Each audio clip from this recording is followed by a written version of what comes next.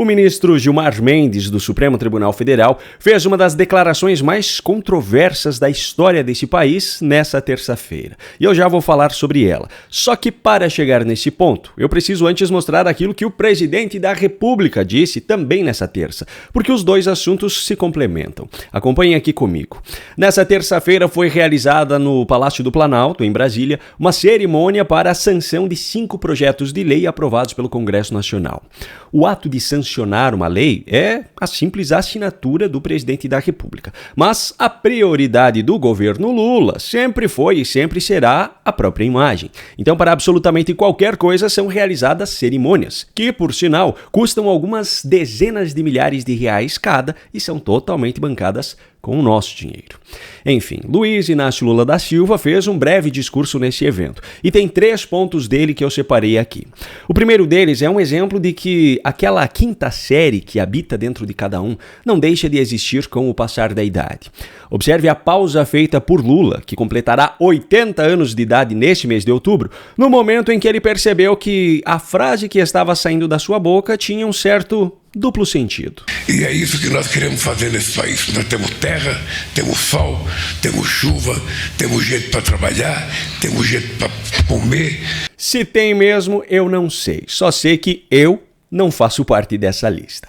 Bom, brincadeiras à parte, esse discurso de Lula teve também uma declaração que, se não tivesse vindo dele, seria classificada como de extrema direita. Por isso é que essas políticas têm que ser perene e continuada, tem que ser perene e contínua, tem que ser perene e contínua até que um dia a gente não precise ter tanta política. Quem sabe a gente tenha a sociedade vivendo sem precisar de política de favores, mas vivendo às custas do seu trabalho e do seu salário e da sua capacidade de empreendedor, esteja no campo da cidade. Não é justamente isso que nós sempre defendemos e sempre fomos criticados por isso? Agora, francamente, se Lula realmente desejasse isso e conseguisse fazer com que isso acontecesse na prática, seria perfeito. Eu, particularmente, não me importo com quem é o responsável por melhorar a nossa sociedade. O que importa é que essa melhora aconteça. O importante é o resultado e não receber os créditos por ele. O problema é que, na prática, Lula e o PT seguem justamente o caminho contrário. Os seus programas assistencialistas sempre tiveram características e regras voltadas à construção de uma dependência vitalícia. Os próprios critérios de elegibilidade para programas como o Bolsa Família são incentivos para que a pessoa não trabalhe ou simplesmente não procure prosperar financeiramente para não perder o benefício. E por trás de tudo isso, obviamente, há objetivos eleitorais. Lula e o PT sabem muito bem que é justamente essa dependência do governo que favorece as suas narrativas e, consequentemente, lhe garante a existência de eleitores. O próprio Lula falou explicitamente que o crescimento na renda familiar faz com que pessoas deixem de votar no partido. Isso foi dito por ele em um evento interno do PT em dezembro de 2023. Vocês pegam as pesquisas de opinião pública, a gente está percebendo que quem vota majoritariamente no PT são pessoas que ganham até 2 salários mínimos. Um metalúrgico de São Bernardo que ganha 8 mil reais já não quer mais votar na gente. Pega a pesquisa e vocês percebem que quem ganha acima de 5 salários mínimos já tem dificuldade de votar na gente. É porque essa pessoa ficou ruim? Não. É porque possivelmente essa pessoa elevou 1 milímetro o padrão de vida dela, de aprendizado dela, e nós não aprendemos a conversar com ela. Portanto, fica muito claro que essa declaração de Lula não passa de uma frase dita da boca para fora, porque o verdadeiro objetivo dele é justamente o contrário. Bom, ainda tem um outro trecho do discurso de Lula que eu separei aqui, e é justamente esse trecho que introduz o assunto de Gilmar Mendes, que eu mostrarei logo em seguida. O nosso querido Wellington não está aqui porque ele está de férias, chegou de uma viagem, ele foi a Cuba com Paulo Teixeira, tentar ver se é possível ajudar na produção de alimento, sabe, para fortalecer a produção de alimento em Cuba.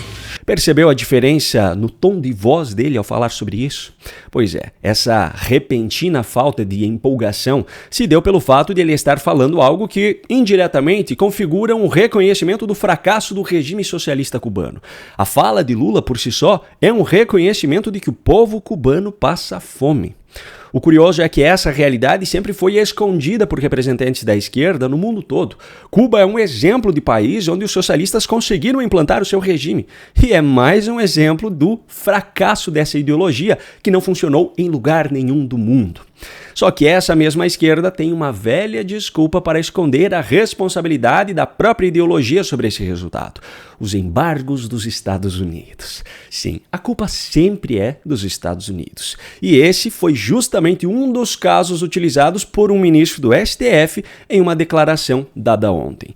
Veja só o que disse o ministro Gilmar Mendes nessa terça-feira. Tendo em vista embargos que são aplicados a Cuba, embargos que são aplicados ao Irã, e como recentemente houve essa aplicação, não só a cassação de vistos de autoridades brasileiras, o episódio do ministro da Saúde, mas também a aplicação da Magnitsky a um dos nossos colegas, e esse é um fenômeno que também está ocorrendo com autoridades europeias.